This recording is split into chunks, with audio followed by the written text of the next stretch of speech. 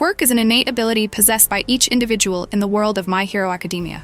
It originated from a child in China, and within a short period, approximately 80% of the global population developed at least one type of quirk. This number has continued to grow over time. By observing how these abilities function and their characteristics, humans have developed a classification system for quirks to better understand them. In this video, I will explain in detail all the quirk classification categories, accompanied by illustrative examples from famous heroes in each group. Quirks are categorized based on how they operate and their effects on the surrounding world. There are 3 main types of quirks, but each type can be further divided into several subgroups for easier tracking and study. Now let's begin with the first type of quirk, the emitter. This type is also known as an activation quirk, because the user only needs to activate their ability in some way, without altering their body structure. It is probably the most common group in the world of My Hero Academia. Quirks in the emitter category often involve releasing or controlling energy, matter, or natural phenomena. For example, Todoroki's ability to manipulate fire and ice. This group also includes abilities that directly affect others, such as Aizawa's quirk erasing power or Shinso's brainwashing ability. Some emitters can even alter the properties of matter at a molecular level, like Juzo with his softening ability, turning solid objects into a semi-liquid state, or Shigaraki with decay, causing everything he touches to disintegrate. Even if the activation of the ability is not conscious, the user is still classified as an emitter. A prime example is Eri with her rewind ability. She can reverse the physical or biological state of a living organism back in time. Many people often confuse emitters with mutants, a type of quirk we will discuss later. Even if the user's appearance is unusual, the ability can still belong to the emitter group if the external form is unrelated to the quirk itself. For instance, Mina, Tokoyami, and Koda.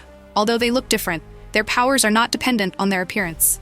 Mina simply emits acid, Tokoyami controls the shadow entity Dark Shadow, and Koda communicates with animals. The discrepancy between appearance and ability may stem from genetic mutations in the past. When individuals with different quirks have children, the genes mix and create special cases. An emitter can still alter their body shape without changing their quirk type, as long as the change is not extreme. For example, Endeavor can cover his entire body in flames at any time, yet his body size remains normal. The 2 most famous quirks, One for All and All for One, are also classified as emitters. However, excessive use of these powers can harm the body, so users must undergo rigorous training to minimize side effects. Overuse can also gradually reduce the body's natural resistance to the quirk. Other examples of emitters include Bakugo, Uraraka, Kaminari, Nijiri, Midnight, Night Eye, Monoma, Present Mic, Ectoplasm, and many others. The second type is the transformation quirk. This group is also known as hybrid, because many of these transformative abilities make the user appear similar to individuals in the mutant group. The key difference is that with transformation quirks, the user's body changes entirely due to their power, rather than genetic traits. This distinguishes them from the emitter group, although both require activation to use their abilities. Simply put, a user with a transformation quirk can temporarily alter their body to utilize their powers. A typical example is Ryukyu, a female hero who can transform into a dragon. Sometimes, the transformation does not involve the whole body, but focuses on specific parts, enhancing strength or physical traits. For instance, Kirishima and Tetsu harden their skin and bodies like steel without a full body transformation. Some transformation quirks even generate new body parts for the user. For example, the Nomu that attacked students during the summer training camp could grow multiple arms, each equipped with different weapons or combat tools. Typically, powers in this group affect only the user, but there are exceptions. For example, Seiji Shishikura, a student at Shiketsu Academy, has the meatball quirk, which allows him to transform others into blocks of flesh with his arm, while also being able to revert their bodies when he wishes. When the user becomes exhausted, the transformed shape automatically disappears, returning to its normal form. Other examples of transformation quirks include Edge Shot, Mount Lady, Tamaki, Muscular, Redestro, Toga, Kamui Woods, and Mirio. The transformation group is extremely diverse, ranging from simple enhancements to full-body transformations of great complexity. This type is among the most impressive quirks, as it allows users to fight flexibly while creating unique and surprising forms on the battlefield. The third type is the mutant quirk. The mutant group includes individuals with unusual appearances determined by their superpowered genes. Their abilities are tightly linked to these forms. Since these powers are a natural part of the body, they do not require activation. The strength exists as a biological extension of themselves. For example, if Eraserhead uses his quirk erasing ability on a mutant, such as Asuitsuyu, she loses her frog-like abilities, but her amphibian appearance remains. Similarly, Mezzo Shoji, under Aizawa's quirk erasing power, can temporarily lose the ability to replicate the parts on his 6 arms, yet the arms themselves remain. Because these abilities are part of the body, users sometimes employ them unconsciously. A notable case is Hadokure, who remains completely invisible 100% of the time, even while sleeping or unconscious.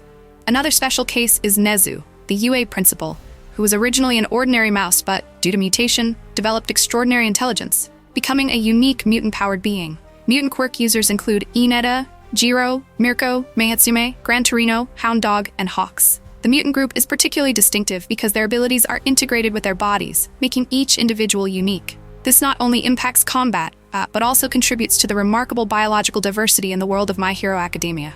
The fourth type is the accumulation quirk. The accumulation group is not a completely separate category, but rather a subclassification, which can appear in quirks belonging to the emitter, transformation, or mutant types. What they share in common is that these abilities require the user to accumulate something before they can unleash their full power. The most prominent example is One for All. In the first user, this ability was nearly useless, but through successive generations of inheritors, One for All accumulated the power and personalities of its previous users. Thanks to this process of accumulation, Deku is now able to wield enormous strength and become a formidable hero.